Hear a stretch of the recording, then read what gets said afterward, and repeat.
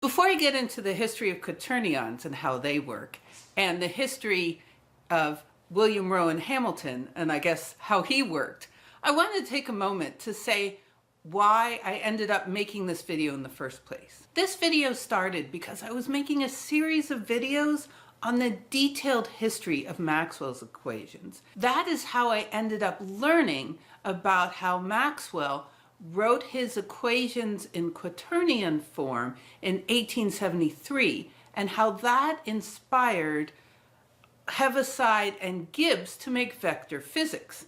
But what I was missing was how quaternions work. So as I do, I looked into the history of the creator of quaternions, William Rowan Hamilton, and I found him to be a fascinating person whose biography is wildly misunderstood by most historians. It was also in this research that I found a letter from Hamilton the day after he discovered quaternions, describing how his quaternions were developed as an extension of what Hamilton called my published theory of couplets. I immediately looked into the history of this couplets or couple theory, and suddenly everything clicked. I then felt like I had two interesting stories to tell.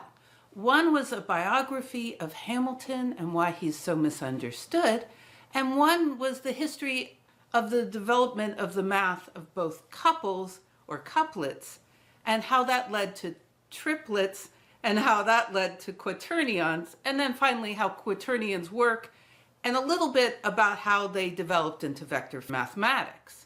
So I decided to do something slightly different in this video. It has 5 sections, and I'm going to alternate between the history and the math.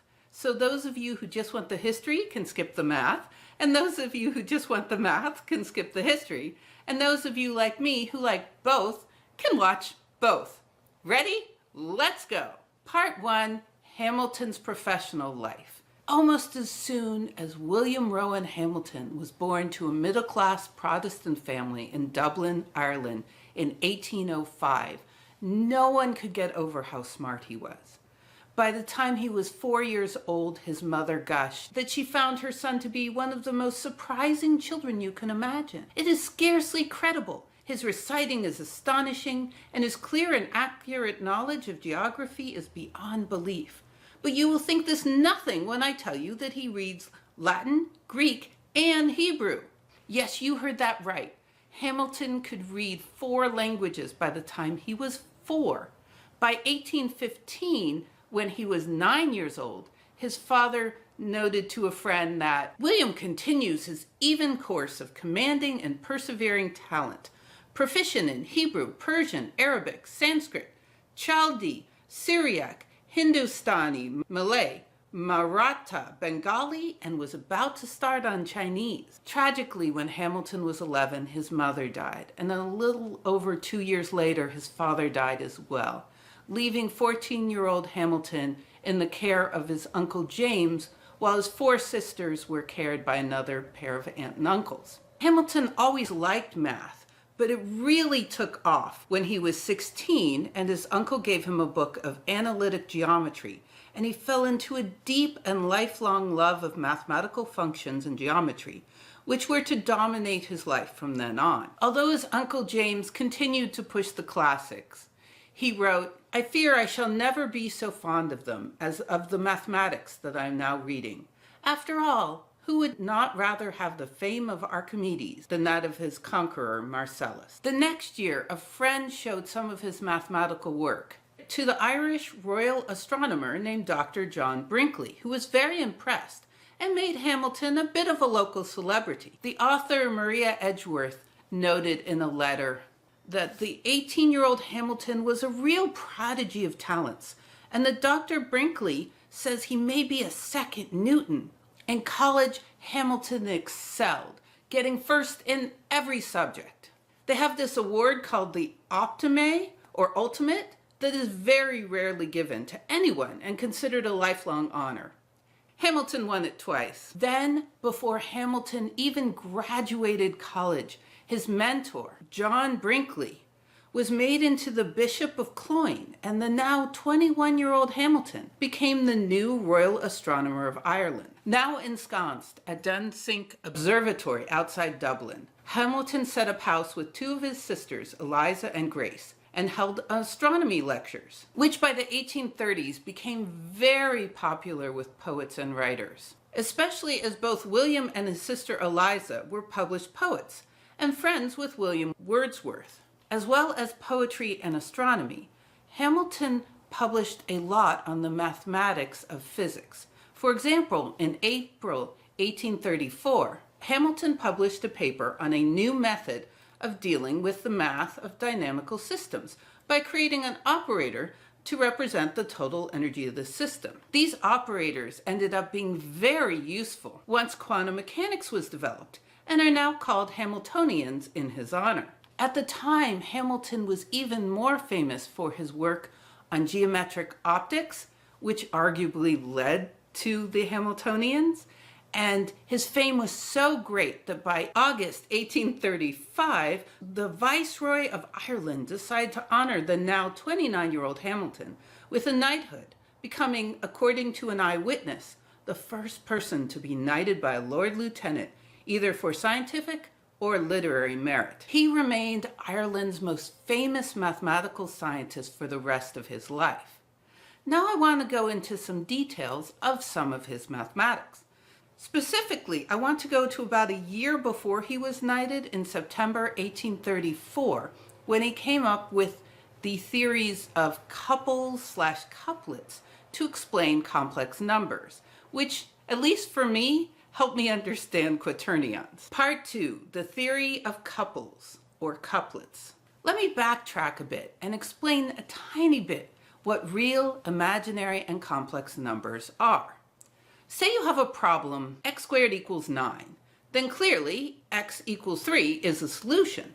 But also, as -1 times -1 is +1, x equals -3 is also a solution. Now imagine you're solving the problem x squared equals -9. In that case, you can say there is no real answer, which is correct.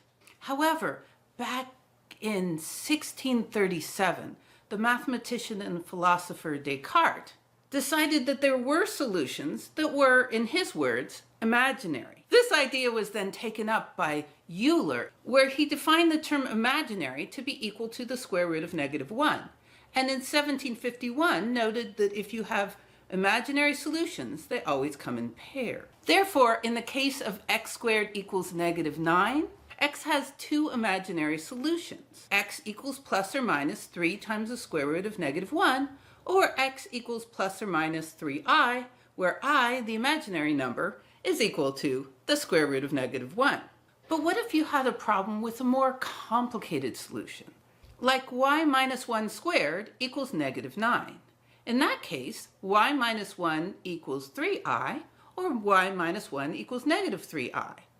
And if you add 1 to both sides, you get y equals 1 plus 3i, or y equals 1 minus 3i. In 1829, this was logically called a complex number by the German mathematician Carl Friedrich Gauss, as it both has a real number 1 and an imaginary number plus or minus 3i. Note that Gauss also popularized using I as the imaginary number, square root of -1. 5 years later, on September 6, 1834, Hamilton gave a talk on what he called the theory of couples, where he represented complex numbers not as a plus ib or u plus iv, but as a pair of real numbers, a comma b, which you can think of a pair of numbers on the scale, where the x-axis is the real number and the y-axis is the imaginary numbers. He also made rules for addition, subtraction, multiplication of these complex numbers, which would enable one to generate any ordinary algebraic equation from a single quantities to pairs,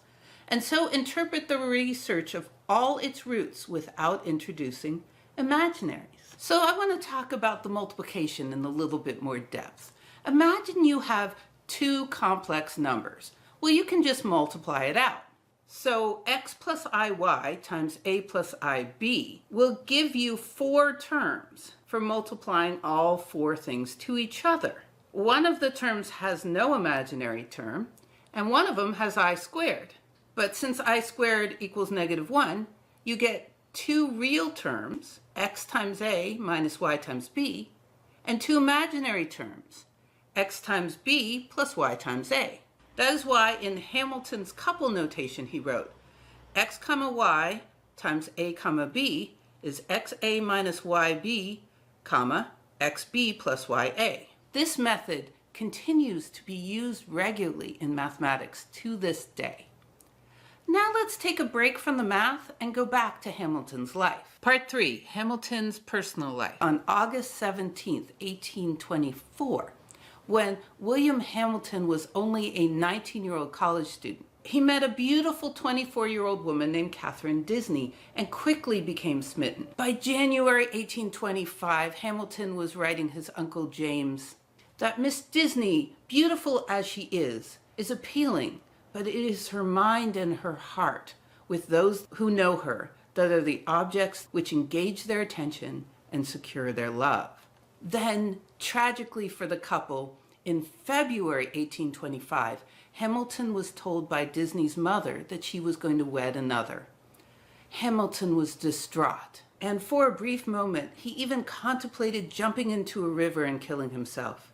Years later, he recalled he couldn't commit suicide because I would not leave my post. I felt I had something to do. Decades later, Hamilton learned that his love was forced to marry another, but by then it was far too late. Burnt, Hamilton decided to focus on his mathematics and his poetry. Although he always felt that the secret to both personal and religious happiness was marriage. Then, 6 years later, in 1831, Hamilton decided he'd moved fully on and formed an attachment to an astronomy lover named Ellen de Vere, whose parents encouraged the match. However, after she realized his intentions, she gently rebuffed him by saying that she couldn't live happily away from home. Although he was deeply disappointed, he wasn't mad or bitter, and instead declared that, having had an attachment to a worthy object and having met with a return of friendship, is not to be regretted, whatever grief it may occasion. By the fall of the following year, Hamilton turned his attention to a woman named Helen Bailey, whom I have long known and respected and liked. Hamilton was truly smitten, and luckily this time both the lady and her family were for the match.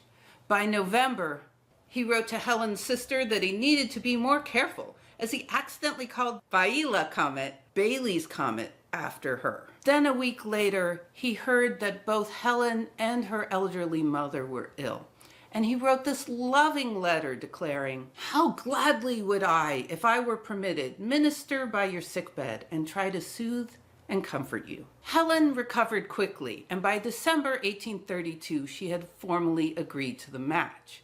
By April 1833, William Rowan Hamilton and Helen Bailey got married. Despite what you might have heard, they had a very loving marriage. For example, in June of 1833, when Hamilton learned that he had to wait over the weekend to return to his bride after a meeting, he sent her a letter of love and a poem that ended with how "the vow that gave me Helen gave me peace and balm." In return, Helen Hamilton wrote her mother that her husband's whole happiness seems to lie in making others happy. Indeed, any woman is blessed to be married to such an affectionate, kind creature as Hamilton. By May 10th, 1834, Helen Hamilton gave birth to their first child, named William Edwin Hamilton. And a little over a year later, on August 4th, 1835, a boy named Archibald. However, by the time she had her third child in 1840, to a girl named Helen Eliza, things went downhill with Helen's health. Helen was diagnosed with a nervous illness, whatever that means. Hamilton wrote a friend, "My anxiety about Lady Hamilton's health has made me very unfit for writing for many months past." For the next year and a half, Helen was sent to recuperate with her sisters, and the young family struggled without her. Helen eventually returned home in January 1842 to everyone's delight, although she did have one other 6-month spell in 1856. Despite her health issues, Helen Hamilton and William Rowan Hamilton remained devoted to each other for the remainder of their lives. As Hamilton's biographer, Robert Graves, who knew both of them personally, wrote in 1885, Hamilton remained to the end of his life an attached husband, as Lady Hamilton remained an attached wife, as well as a good woman. Anyway, it was on October 16th, 1843, about 2 years after Helen returned from that long sickness, when Helen and William Hamilton went on a walk. Now, the reason I mention this walk is on this walk, Hamilton had an epiphany about quaternions. And so now I can finally get to what are quaternions and how do they work. Part 4, Quaternion. After his paper on couples or couplets in 1834, Hamilton started to think about expanding that theory to a new theory of triplets, or something with a real axis and two imaginary axes, I and j. As he wrote his friend John Graves, since the square root of -1 is in a certain well-known sense a line perpendicular to the line 1, it seems natural there should be some other imaginary to express a line perpendicular to both the former. Calling the old root, as the Germans often do, I, and the new one j, I inquired what laws ought to be assumed for multiplying a plus ib plus jc and x plus iy plus jz. However, Hamilton was a little stumped on how to multiply them, writing, "But what are we to do with I times j?" He tried making I times j equal to 1 or equal to -1, but neither of these choices worked, so that the sum of the squares of the coefficients in the product equaled the sum of the squares of the fact. In fact, in order to make the multiplication work out, he had to make I times j equal to -j times I. Now, of course, he could have just defined I times j equals j times I equals 0, which would work, but Hamilton found it to be odd and uncomfortable to delete possibly such an important term. Therefore, he defined a new letter k, where ij equals k and ji equals -k, with the idea that he'd somehow prove whether k had to be 0 or not. I would like to take a moment to acknowledge what an extraordinary and revolutionary idea this was. Hamilton was working at least 7 years before the invention of matrices, where a times b doesn't equal b times a. In fact, before Hamilton, there was no formal mathematics where the order of operations mattered. Nowhere where I times j didn't equal j times I. But Hamilton just thought it could happen and tried to prove it would exist. But the problem was he still couldn't make it work out. And by September 1843, it became kind of an obsession. According to Hamilton, his sons, who were just 8 and 9 years old, would ask him every morning for a month, "Well, Papa, can you multiply triples?" And he was forced to reply, as he put it, with a sad shake of his head, "No, I can only add and subtract them." As he was walking with his wife along a canal, it just came to him. With his definition of k, he could show that, just like I squared and j squared, k squared also equals -1. Let me show you. Since k equals I times j and -j times I, he could define k squared as I times j times -j times I, which is I times -j squared times I. But since j squared equals -1, then -j squared equals +1. So k squared equals I squared equals -1. Hamilton then realized that if I squared and j squared and k squared all equaled -1, maybe k was a third imaginary axis.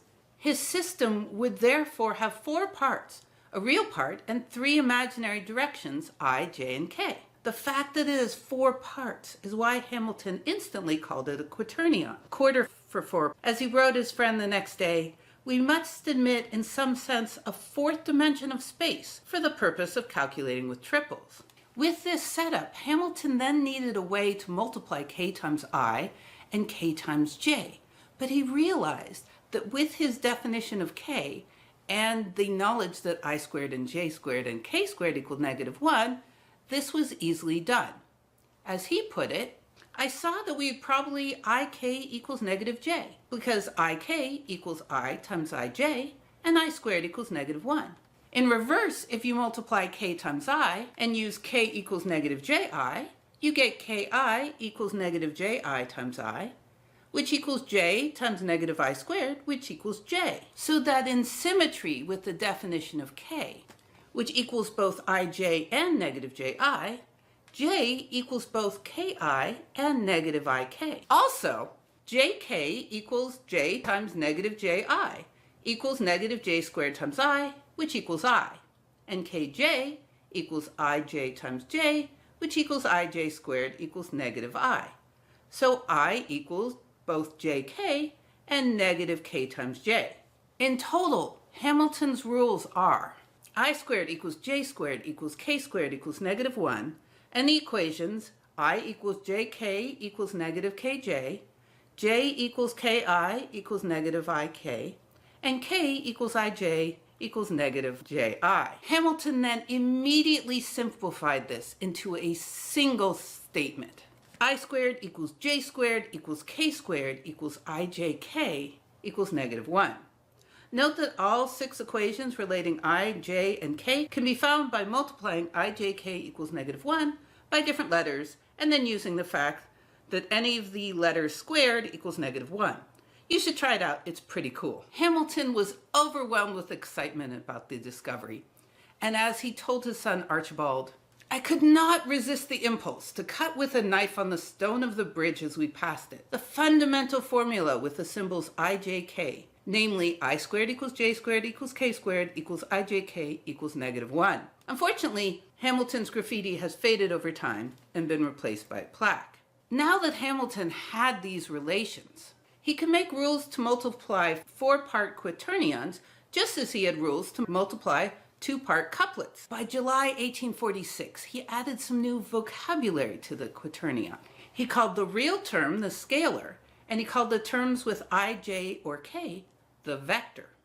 Note that initially Hamilton wasn't thinking of a vector as we do now, something with values in the x, y, or z directions, but merely as a way of distinguishing the I, j, k terms with the scalar terms. However, he did recognize that you could take something with values in the x, y, and z direction, i.e. the modern definition of a vector, and describe it as a quaternion without a scalar component. W equals xi plus yj plus zk. And you could multiply it by another vector, lowercase w, as another quaternion with no scalar component, and you would get a result with 9 terms, which you can think of having 2 results. A scalar, which is the negative of the x components multiplied plus the y components multiplied plus the z components multiplied, and a more complicated vector result, which is yz minus zy times I plus zx minus xz times j plus xy minus yx times k.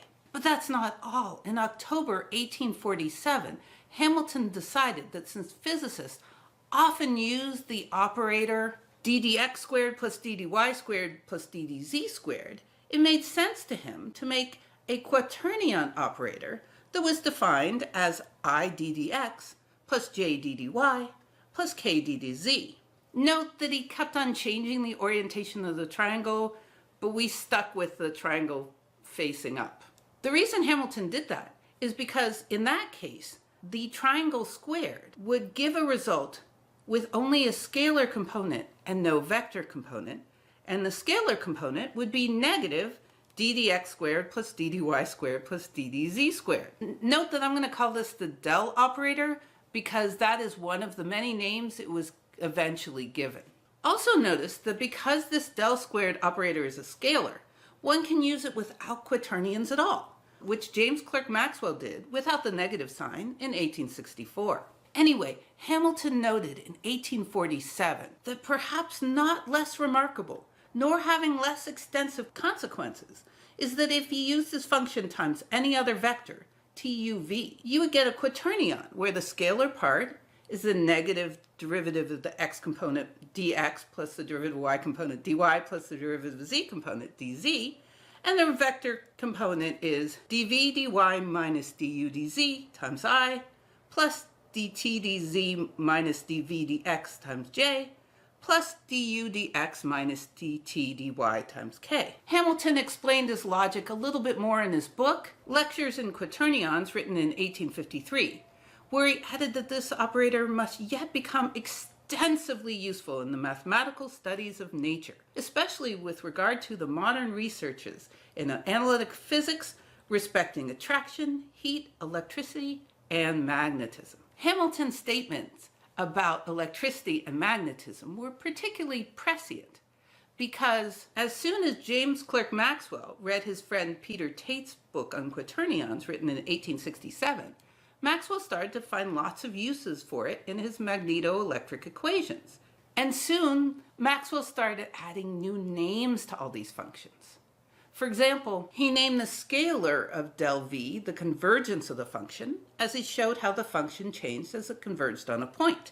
In addition, he called the vector del V the twirl, or perhaps the curl of the function, as it represented how a function changed when curling or twirling around a point. These functions were so helpful that Maxwell, who created his magneto-electric equation without vectors at all, published a book restating his theories of electricity, i.e. Maxwell's equations, using quaternions, and introduced the world to the concepts of convergence and curl.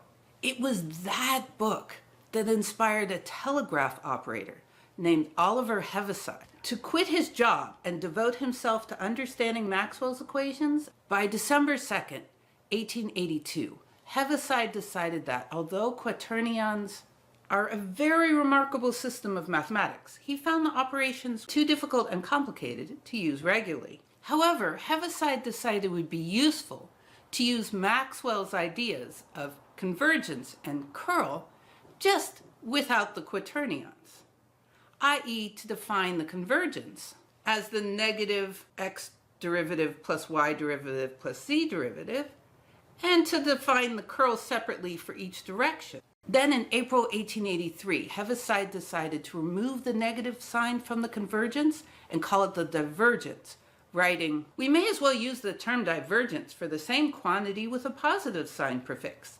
So if the amount of divergence be positive, it indicated positive electricity. Therefore, the divergence of W would be dx dx plus dy dy plus dz dz." As Heaviside wrote in 1891, "The modifications I made are simply the elements of quaternions without the quaternions, with the notation simplified to the uttermost, and with the very inconvenient minus sign before scalar products done away with." It's only a year after Heaviside defined the divergence that an American mathematician and scientist named Josiah Willard Gibbs put together a little pamphlet for his students titled Elements of Vector Analysis that took Heaviside's method of using Hamilton's multiplication rules without his quaternions to the next level. Or as Gibbs put it, the following analysis should be familiar under a slightly different form to students of quaternions, but does not require any use of the conception of quaternions, being simply to give a suitable notation for those relations between vectors. In other words, he made a way of using Hamilton's quaternions without having to think in fourth dimension imaginary space. In Gibbs's work, a vector has the current definition of a vector, and the three directions were represented by the directions I, j, and k, which are now unit direction vectors and not equal to the square root of -1. Gibbs then created two ways of multiplying vectors, either with what he called the direct product, which we now call the dot product, or what he called the skew product, which we now call the cross product, which were inspired by the scalar and vector results of quaternion multiplication.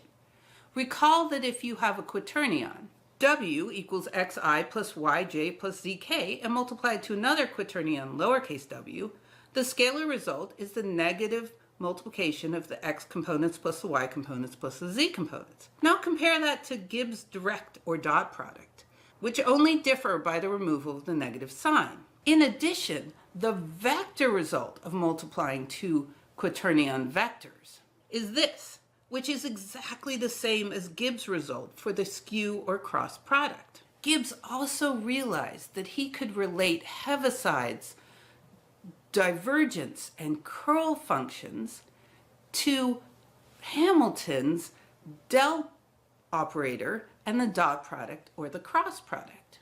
That's why he wrote del dot W is called the divergence of W, and del cross W is the curl, where the divergence is dx dx plus dy dy plus dz dz, and the curl is dz dy minus dy dz in the I direction, plus dx dz minus dz dx in the j direction, plus dy dx minus dx dy in the k direction, which continues to be the definition of divergence and curl. You can clearly see from this how Gibbs's work was inspired by Hamilton's Quaternions, but you can also probably see how Gibbs's result was slightly easier to deal with, especially when it came to surface integrals.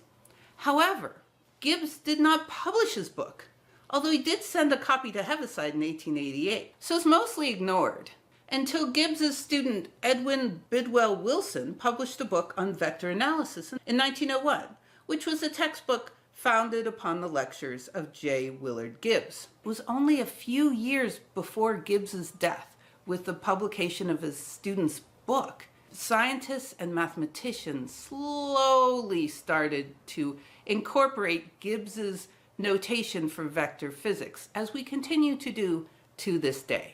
Unfortunately, William Rowan Hamilton did not live long enough to see how his quaternions were transformed into vector calculus. Still, he was fully convinced that they were amazing, and if they wouldn't be acknowledged in his lifetime, he was sure they would be acknowledged after his death. As he wrote in February 1854, quaternions have changed the face of algebra completely, and that mathematics used to be called French mathematics when he was a child, but that the world would have to learn Irish mathematics soon. Instead, Hamilton's influence on the progression of vector calculus is almost completely forgotten, and he is mostly just remembered as a drunk who hated his wife. Which brings me to Part 5, Hamilton's Legacy. Hamilton felt that his quaternions were his greatest accomplishment, and after its discovery, he spent the majority of his time working on them. Tragically, by the 1860s, his health started to deteriorate from gout and possibly overwork. By September 2nd, 1865, after a bout of bronchitis, he died peacefully just after his 60th birthday. After Hamilton died, the Reverend Robert Graves, who was the brother of Hamilton's collaborator and good friend John Graves, took 24 years to put together 3 books about Hamilton's life, with over 2,000 pages worth of personal letters to, from, and about Hamilton. Interspersed in these letters is a story about how in February 1846, at a Geological Society meeting, Hamilton got overheated about some scientific debate. As he put it in a secret letter, the excitement of the conversation, the speeches and the wine, turned out to be more than I could bear, and I was seized with giddiness and rush of blood to the head, which totally incapacitated me from keeping my ideas under control. Robert Graves wrote that after this event, his other brother, the Reverend Charles Graves, visited Hamilton and suggested that due to the effect on his reputation, Hamilton should adopt a regimen of entire abstinence from alcoholic stimulants, which for a while he did. However, 2 years later, in 1848, Hamilton had a glass of champagne at a party and began drinking again occasionally at dinner parties. The author's brother Charles once again visited Hamilton, but this time, although Hamilton gratefully received his friend, Hamilton decided that temperance could be defined as restraint, not abstinence, which is how he acted from then on. Many years after Hamilton's death, Robert Graves had to figure out how his hero could have rejected the counsel of his brother, and he decided that it was basically all because of Helen Hamilton and her failing health. As I noted earlier, Graves wrote that William and Helen Hamilton were devoted to each other for their entire lives, but Graves found that unfortunate. See, Graves felt that Hamilton needed governing to keep him from what Graves felt were his worst instincts of overwork and occasional drink, and decided it was Helen Hamilton's fault for not being what he called capable. Specifically, Graves made up this whole narrative that when Helen Hamilton came back home after her attack of anxiety in 1842. She wasn't as good at managing their staff of servants as Graves felt she should be. It was this, Graves declared, that caused Hamilton to be without fire or hot chocolate late at night, and forced him to sip porter to keep warm. Porter that was, according to Graves, fraught with inevitable danger. Note that almost every high-ranking aristocrat drank tremendous amounts at dinner parties. In fact, Hamilton's successor once quipped to a friend that he was going to pretend to be a teetotaler just to get away from all that liquor. However, to Graves, somehow Helen Hamilton's unfortunate health issues somehow forced Hamilton to take an occasional nightcap. And then, according to Graves, the insidious habit gradually gained firmer possession and produced that relentless craving, which in a few years from this time exercised over him an occasional mastery. You can see how people got the impression from these overwrought words of Graves that Hamilton was a drunk, and it was due to the failings of his wife. Then, in 1937, a mathematician named Eric Bell took the story to the next level in a short biography titled An Irish Tragedy.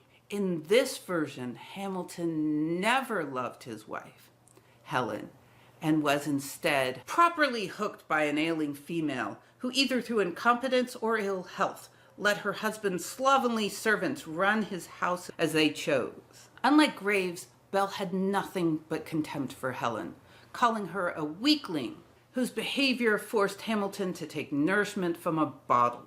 Anyway, Bell's 20-page diatribe was highly influential, as it was easy to read. However, some people started to wonder how mismanaged servants could lead one to drunkenness. That's when several people realized that Hamilton's first love had been beautiful and forced to marry another man against her will. Due to this, the story changed to one where William Hamilton was pining for Catherine Disney his entire life, and therefore never loved his wife Helen. And it was this lovesick story that caused him to turn to drink. That is the story that is prevalent today. One of my favorite versions of this is a truly delightful song about the life of William Rowan Hamilton to the tune of Alexander Hamilton. And I'm going to show you a few clips and you'll see what I mean. Answer it asking Daddy, can you multiply triples? Not yet. I can only subtract and add back. But missing Catherine made him droop. He started slinking to his office, getting ripped, roared, turning back to triplet manipulation with no reward. Wasn't that great? You shouldn't blame them, because it was only a year after they made that video, in 2017, when the narrative started to change. That was when a Dutch researcher, Anne van Veerden, published a book defending the reputation of both William and Helen Hamilton, titled A Victorian Marriage. Due to her years of dedicated research, people are starting to see how they might have been perpetuating Victorian views and not seeing the big picture. And I hope this video does its part, however small, for helping her in her quest to correct this historic wrong.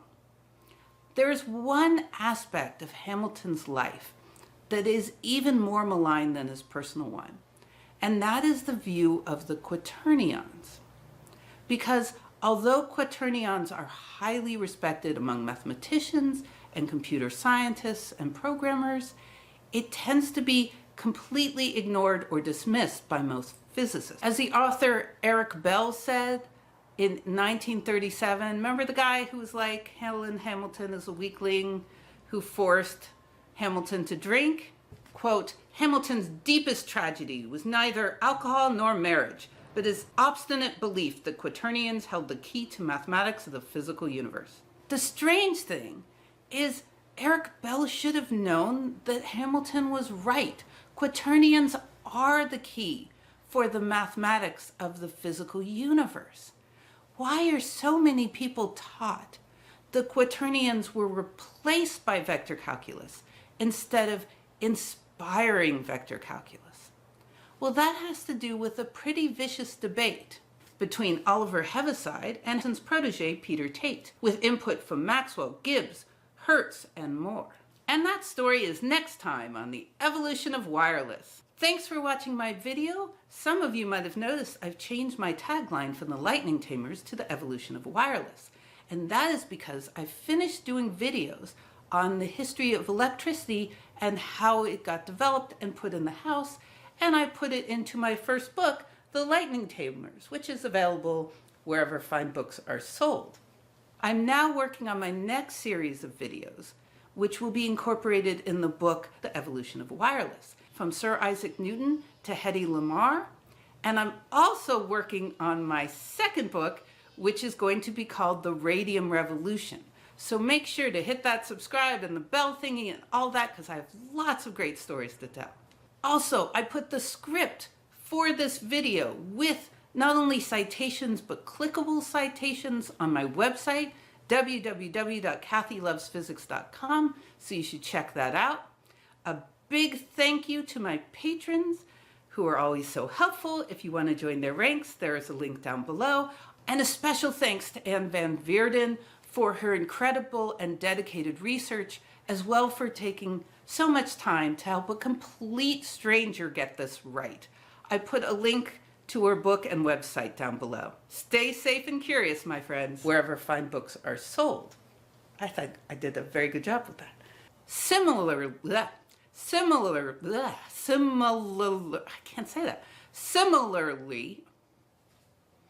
also, I just can't say similarly.